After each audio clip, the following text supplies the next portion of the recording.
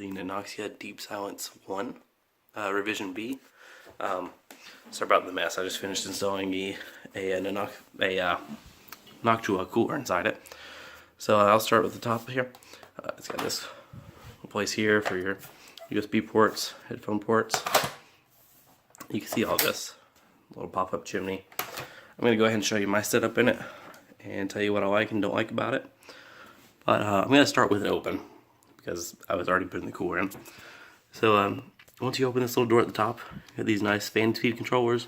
You can hook up 6 fans of those, 3 to each one of these sliders. So that's very nice there.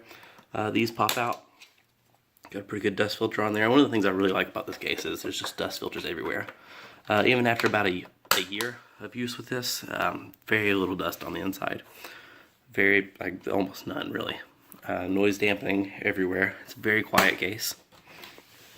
Right here, see, already some dust there. As you can see, the dust filter's doing their job. You push these in, they come right on out. Dust filters slide out. They are a little bit hard to pull out. What I actually did was, you can see the little stops here. I used a knife and cut those down just a little bit so they could be removed a little easier. They were very hard at first. Also, whenever I got mine, one of these little retention mechanisms was broken. Nanoxia's customer support was fantastic. I emailed them, they just sent me a new one for free, even told me how to install it.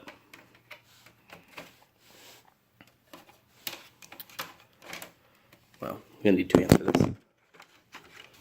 Yeah, that's very dusty, but dust filter caught all of this. None of that's in the case. As you see behind it, very clean. So it's got 2 120mm fans in the front here. They're easily removable. This little clipping with this little clip mechanism. If you undo this one and that one, this will pop right off the little door if you need to take those out for any reason. Simple 1 power button there. Reset button on the inside so that can't accidentally be hit. Let me go ahead and spin this around some. Alright, here we've got the inside. It's got a hard drive base here. These are modular. I can take this part out, set it up here if I wanted to. Take this one out all together. It does have another bay I can put here. So has all this plus another bay here. I took that one out. I didn't need that. I did that to increase the airflow here.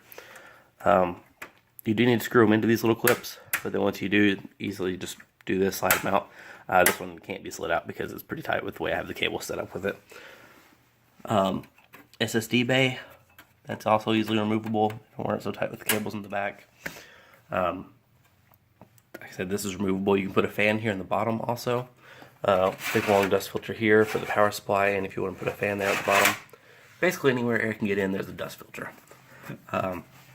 Here's the power supply mount in there. There's little rubber feet under here. Everything that could have vibration is isolated by rubber mounts. Toolless for the space here. Just snaps in and does it that way. Got my CD drive in there, DVD, burner, whatever. It comes with the 2 120mm fans at the front and then the 140mm fan in the back. What it does not come with is the 2 140mm fans I have up here in the top for the chimney, which you can open up with this little slider. So it doesn't have to be open all the time. There's a little bit of sound deadening material up under that also. Just a small gap, but quite a bit of air can get out of there whenever you have 2 fans there for exhaust. This does not turn the fans on or off. They are always going. You can turn them down and then turn them up if you have the chimney open. Here I just put in the Noctua NHD14 cooler in here with a 140mm fan, 120mm fan here. And then my cable management isn't the best. As you can see, there's a few cables loose here, but there's not a whole lot. I'll go ahead and flip it around to the back and show you the cable management that the case has to offer. Alright, looking at it from the back, large cutout to work with the back of the motherboard for the plate here. Quite a bit of room here, not the most, but you can easily fit the connectors and everything behind this plate here, behind the back panel. Got nice rubber grommets here to feed cords through. Take care of those, get them out of the way as best you can. Mine's not the best, but This case is very suitable and very lenient to give you room to put your cords, keep them out of the way, maximize airflow. All right, I'm going to go ahead and put the doors on. One thing I'd like to note, these doors are heavy. Everything about this case is very heavy and solid. Here's another door. It's got a little cutout here. If you want to take that out to mount another fan, also dust filter, of course. You do 120 or 140 millimeter fan there. Sound deadening material on all the panels also, but very heavy, very solid. Case is very minor. Whenever you put the panel on, it doesn't quite line up flush here with the faceplate. The panels just don't quite work. See, it lines up here. They just don't go on quite the way they should. That's the one other note about the inside is that is the Noctua NH-D14.